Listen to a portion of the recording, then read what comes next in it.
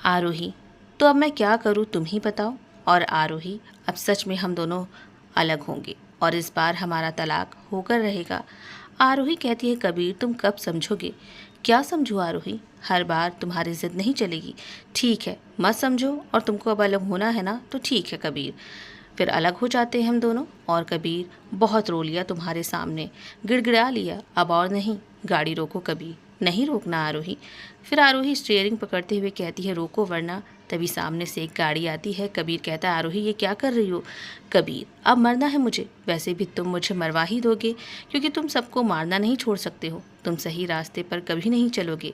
तुम्हें अंधेरों की दुनिया से निकलना ही नहीं है। तुम रहो अब अपनी दुनिया में। कबीर जल्दी से गाड़ी किनारे घुमा लेता है। कबीर जब तक रोकता, गाड़ी एक पेड़ से टकरा गई और दरवाज़ा खुला तो आरोही बाहर गिर गई और बेहोश हो गई।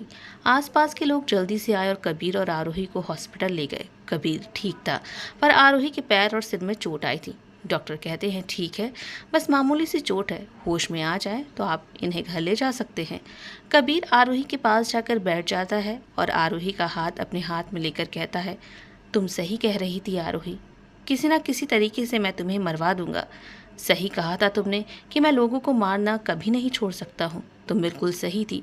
तुमसे प्यार करने के बावजूद मैं तुम्हें मार रहा हूँ, पर मैं ये बिल्कुल नहीं चाहता कि ऐसा कुछ भी हो। मैं तुम्हें तकलीफ़ नहीं देना चाहता था। ऐसा करना मुझे अच्छा नहीं लगता है, बिल्कुल भी नहीं आरोही। मेरे साथ खुद को ऐसे चोट मत पहुँचाओ। मत करो आरोही, मेरा दिल बहुत दुखता है, मुझे बहुत दर्द होता है, और सब कुछ ठीक करने के लिए मैं कोई भी हद पार कर सकता हूँ। तुम सच में मेरी आखिरी उम्मीद थी, पर अब नहीं हो आरोही। तभी आरोही को होश आता है तो कबीर आरोही के पास से उठकर दूसरी जगह बैठ जाता है। आरोही उठने की कोशिश करती है तो कबीर कहता है, आरोही तुम्हें आराम करने की ज़रूरत है।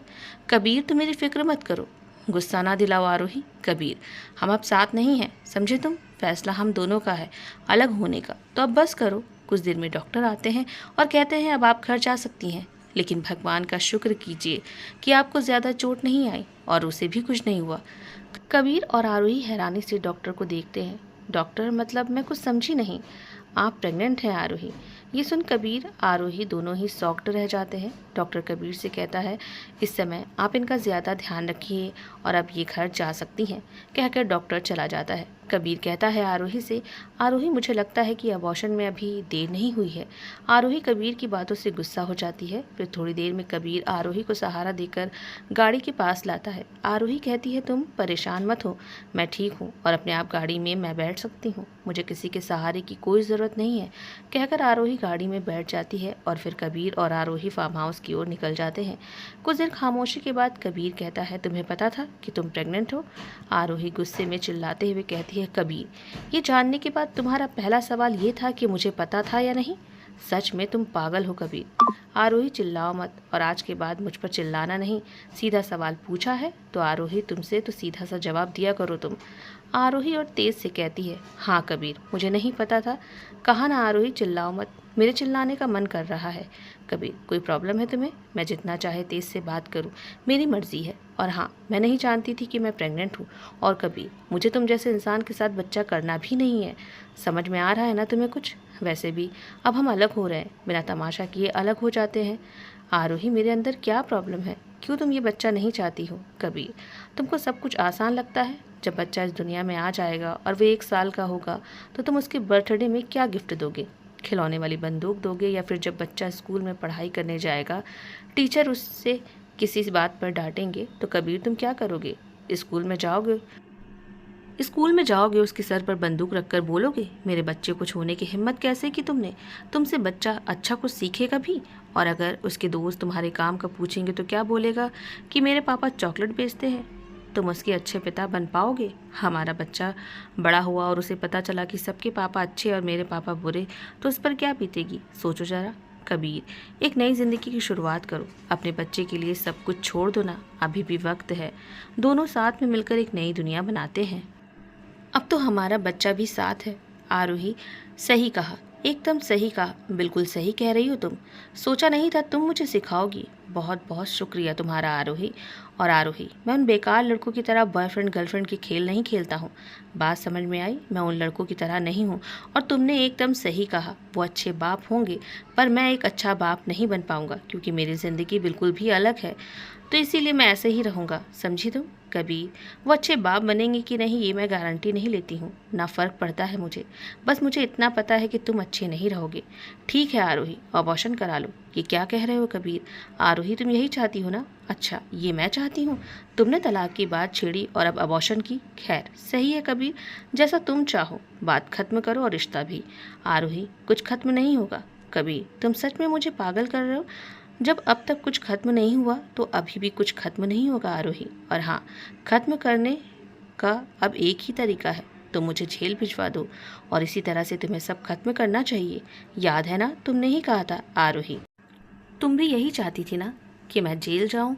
फिर कबीर पुलिस स्टेशन की तरफ गाड़ी मोड़ देता है और पुलिस स्टेशन के सामने गाड़ी रोकता है और आरोही से कहता है, आरोही जाओ और बता दो सब पुलिस को, उनसे बोलो मैं तुमसे ज़बरन शादी किया हूँ और उसे भी सच सच बता देना।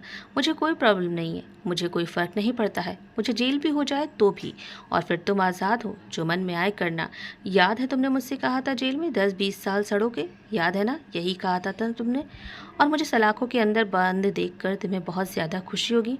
पर उसमें भी एक प्रॉब्लम है आरोही, उसके बाद तुम मेरी शक्ल कभी नहीं देख पाओगी। मैं इतनी खुशी तुम्हें नहीं दे पाऊंगा, समझ पा रही हो? आरोही, फिर आराम से तुम मुझे जब जेल में भिजवा दोगी तो फिर अबॉर्शन करा लेना।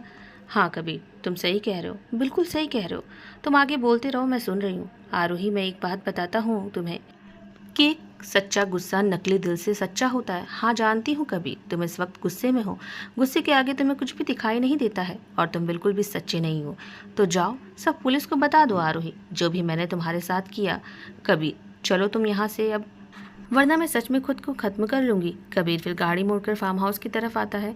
कुछ देर में आरोही और कबीर फार्म हाउस पहुंचते हैं। आरोही जैसे ही गाड़ी से उतरती है, कबीर आकर उसे सहारा देने लगता है। तो आरोही कहती है, कहा ना कि मुझे तुम्हारे सहारे की ज़रूरत नहीं है, तो नहीं है। आरोही, बोलना बंद करो वरना तुम्हें मैं गोद में उठा लूंगा। ठीक है कबीर। फिर कबीर आरोही को सहारा देकर कमरे की तरफ लेकर आता है। चलो आराम से, अपने पैर पर वजन मत दो। मैं ठीक हूँ कबीर, और पैर पर वजन डालकर भी मैं चल सकती हूँ। कहा ना आरोही, उस पैर पर जोर मत दो। सुना नहीं डॉक्टर ने क्या कहा था? तो कबीर तुमने भी सुना था, और मैं ठीक हूँ, चल सकती हूँ। आरोही, ठीक हो जाओगी तब चलना। फिर कबीर आरोही को लेकर कमरे में आता है और बेड पर बिठाते हुए आरोही से कहता है, आरोही तुम आराम करो। कहकर जैसे ही कमरे का दरवाज़ा खोलता है तो आरोही कहती है, कहाँ जा रहे हो अब तुम? कहीं भी जाऊँ तुमसे मतलब? आरोही, कबीर तुम्हारा मतलब क्या है? मतलब एकदम साफ है, फिक्र मत करो मेरी, और मैं किसी को मारने जा रहा हूँ, उसका मुंह तोड़ने जा रहा हूँ। हाँ ठीक है कबीर, मैं समझ गई। फिर कबीर चला जाता है। आरोही को समझ नहीं आ रहा था कि आखिर वो क्या करे। फिर कबीर आरोही के लिए खाना लेकर आता है। आरोही और कबीर साथ में ही खाना खाते हैं। आरोही जैसे ही पानी का गिलास उठाती है तो उसके हाथ से पानी का गिलास छूटकर नीचे फर्श पर गिर जाता है। गिलास शीशे का था तो टूट गया। कबीर कहता है, आरोही बैठी रहना, मैं साफ कर देता हूँ। टूट गया है, ये तुम्हें लग भी सकता है। आरोही मन में ही कहती है, ये टूटा नहीं है कबीर, लेकिन हाँ बिखर गया है। कबीर फिर आरोही को दवा देता है और उसके बाद दवा उठाकर आरोही के पैर में जैसे ही लगाने जाता है तो आरोही मना करती है। कबीर बोला, आरोही दर्द हो रहा है क्या? आरोही एक बार फिर से अपने मन में कहती है, कबीर दर्द तो हो रहा है, पर तुम्हें दिखाई नहीं दे रहा है वो दर्द। कबीर, ये चोट जो तुमने दी है। ठीक है आरोही, मैं बाहर जा रहा हूँ, तुम्हें कोई प्रॉब्लम है? कबीर, मुझे कोई प्रॉब्लम नहीं है, लेकिन मुझे मेरी माँ के घर छोड़ दो, मुझे यहाँ बंद कमरे में नहीं रहना है। यहीं रहो तुम आरोही, समझी? ओह सॉरी कबीर, तुम क्या चाहते थे कि मैं करीब रहूं पर उतना नहीं? सही कहा ना कबीर। आरोही, मैं बस बाहर जा रहा हूँ, इसीलिए उल्टा सीधा सोचना बंद करो। कबीर, मैं तो कुछ भी नहीं सोच रही हूँ, वो मेरा काम नहीं है आरोही, पर हाँ तुम बोलो, मैं सुन रहा हूँ। क्या बोलना चाहती हो बताओ। कबीर, इन सबसे अब कोई फ़ायदा नहीं है। आरोही, हाँ अगर मैं पागल लगता हूँ तो साफ साफ बोला करो, मन में जो भी कुछ है बुरा भला सब कुछ बोल दिया करो। और आरोही, जो भी तुम इस वक्त सोच रही हो ना, हाँ वो सब मैं बन गया हूँ। सच में कबीर, तुम गलत कहाँ होते हो? जो भी हो रहा है मेरी वजह से तो हो रहा है। आरोही, तुम एक ही बात बोल बोल कर थकती नहीं हो क्या? कबीर, तुम भी तो मुझे ये सब बोलने पर मजबूर करते हो, तुम नहीं थकते हो क्या?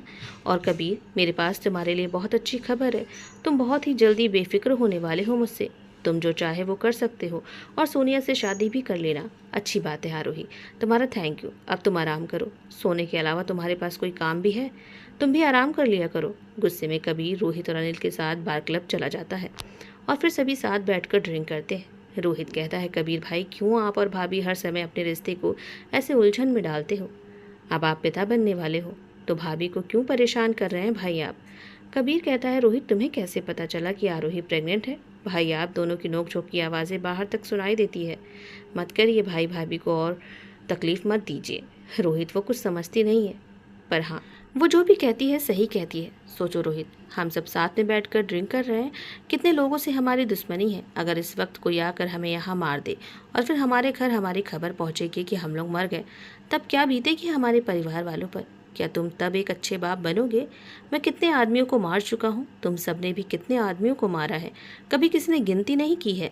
तुम तो जानते भी नहीं कितनी माँ ऐसी हैं जिससे उनका बेटा छिन गया और उन्हें हमने विधवा बना दिया, और उसके बाद उनके बच्चों का क्या हुआ? जिसे भी हमने मारा उसको लेकर पुलिस उनके घर के दरवाजे पर पहुंचकर घंटी बजाती है। बीवी दरवाजे पर आई और पुलिस ने कहा, आपके पति को गोली लगी हुई है। गोली किसने मारी, कातिल कौन था, अब इसका पता नहीं चला है। क्या वो लोग हमें बद्दुआ नहीं देती होंगी? क्या मेरी वजह से वो बच्चे अनाथ नहीं हो गए? अब उन्हीं लोगों की बद्दुआ का असर दिख रहा है। मेरा परिवार, मेरा बच्चा जो अभी इस दुनिया में आया भी नहीं है, वो मुझसे छिन रहा है। फिर कबीर फार्म हाउस आता है और बाहर सोफे पर सो जाता है। उधर आरोही भी सो जाती है। कबीर सो रहा था, सपने में कबीर एक घने जंगल में भटक रहा होता है। भटकते भटकते वो एक जगह आता है जहाँ उसे एक आग दिखाई देती है। कबीर थोड़ा पास जाता है तो वहाँ पर कबीर के पापा उस आग में लकड़ी डाल रहे थे। कबीर दौड़कर अपने पापा के पास जाता है और कहता है, आप यहाँ क्या कर रहे हैं पापा? आपको कुछ हो जाएगा, आप इस आग से दूर रहिए। पर कबीर के पापा कुछ नहीं बोलते हैं। कबीर अपने पापा की खामोशी और आंखों में गुस्सा देख कहता है, पापा आप मुझसे गुस्सा है क्या? कबीर अपने पापा का हाथ पकड़ते हुए कहता है, पापा चलिए, आप जल जाएंगे। कबीर जाओ, लकड़ियाँ लेकर आओ, इस आग को और भी बड़ा करना है। पर क्यों पापा? कबीर, ये जो आग तुम्हारे अंदर बसी हुई है उसे इस आग में जलाना है। चलो जाओ, कुछ लकड़ियाँ लेकर आओ। पर क्यों पापा, लकड़ी की क्या ज़रूरत है? तब इसके पापा ज़ोर से कबीर को चाटा मारते हैं और कहते हैं, इस आग को इतना बड़ा करना है कि तुम्हारा घमंड इसके आगे छोटा लगे कबीर, और तुम्हारे सारे डर दिखाई न दे। तुम्हारे गुरूर से भी बड़ा वो गुरूर जिसे तुम बाकी सब के ऊपर अपनी गलती का इल्ज़ाम डाल देते हो। और जाओ कबीर, वो खाली बक्सा भी लेते आना जो तुम कंधे पर उठाए घूमते फिरते हो, उसे भी तोड़कर मैं आग में डाल दूंगा। अब मेरी शक्ल क्या देख रहे हो कबीर? जाओ, लकड़ियाँ लेकर आओ। मैं कुछ भी बुरा नहीं कर रहा हूँ, सच कह रहा हूँ पापा। देखो कबीर, अपनी आंखें खोल कर तुम अब क्या कर रहे हो? फिर कबीर की आंख खुलती है तो सामने कोई नहीं था। कबीर सोफे से उठकर आरोही के कमरे में जाता है तो आरोही सो रही होती है। आज सपने में अपने पापा को देखकर कबीर बहुत ही परेशान हो गया था।